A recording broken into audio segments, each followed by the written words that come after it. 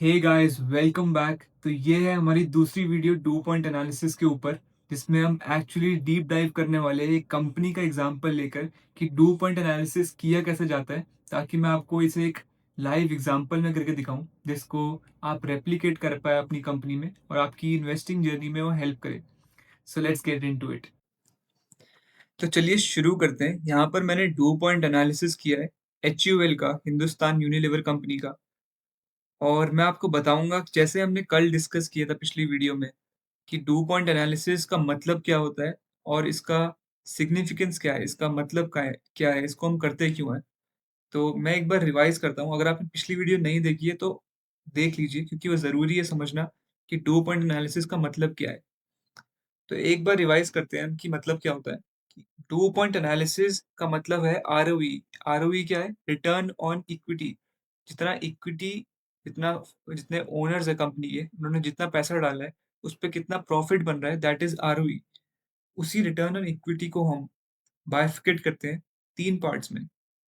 उस तीनों बाइफिकेशंस में हम एनालिसिस करते हैं कि आरओई के बढ़ने और घटने का रीजन क्या हो सकता है।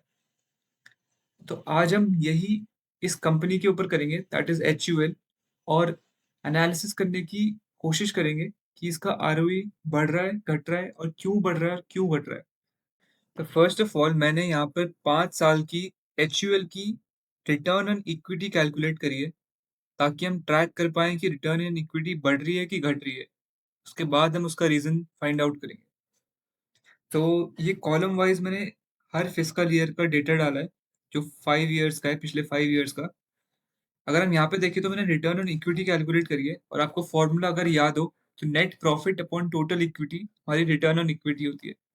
मैंने इसे बेसिकली बस इसको डिवाइडेड बाय दिस नंबर किया है, net profit upon total equity.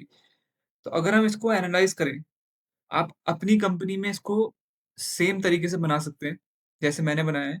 बहुत सिंपल है। आप 5 साल मैंने कैलकुलेट किया है, आप पिछले 2 साल का देख सकते हैं, कंपेयर कर सकते हैं कि 2025 से 2024, तो 25 में कितना चेंज आया है। जैसे इसमें हम देखें तो 1.5 की रिटर्न ऑन इक्विटी बढ़ी है। अब डू पॉइंट एनालिसिस इसमें हेल्प करता है कि कैसे पता लगाएं कि ये 1.5 की जो रिटर्न ऑन इक्विटी बढ़ी है, उसका रीजन क्या है। तो यहाँ पे हम आएंगे डू पॉइंट एनालिसिस में। तो अब हम आगे बढ़ते हैं। टू पॉइंट एनालिसिस में अगर आपको याद हो तो तीन पैरामीटर्स होते हैं।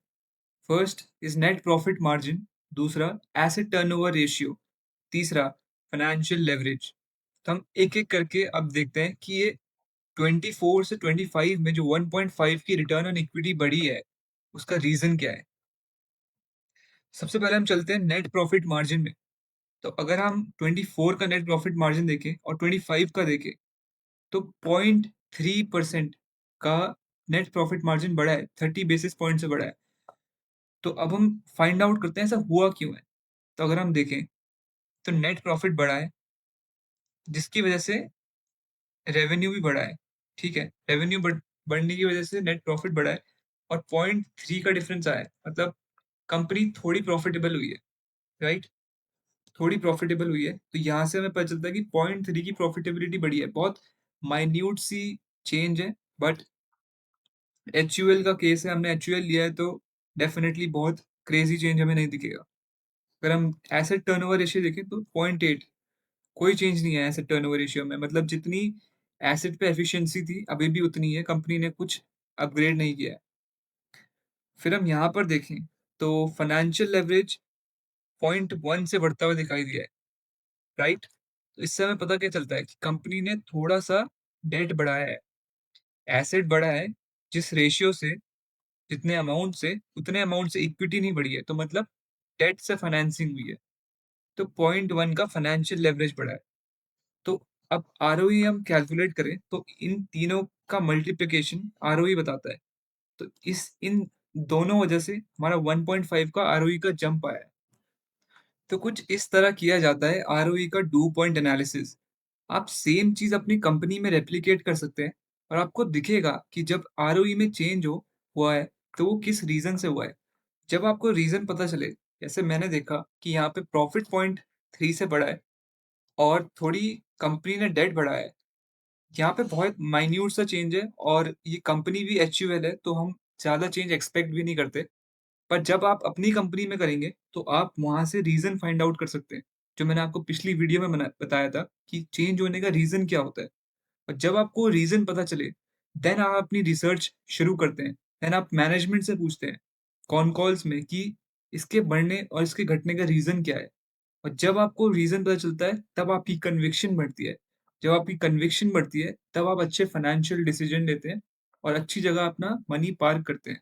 So this is all for this video. I hope आपको समझ में आया होगा कि 2 पॉइंट एनालिसिस किया कैसे जाता है और कैसे आप सेम चीज़ को अपनी कंपनीज़ में बिफोर इन्वेस्टिंग आप कैलकुलेट कर सकते हैं। आप समझ सकते हैं कि आपका आरओई किस डायरेक्शन में जा रहा है और क्यों जा रहा है, और आप अपनी कंपनी को और बेहतर तरीके से एनालाइज़ कर पाएँगे।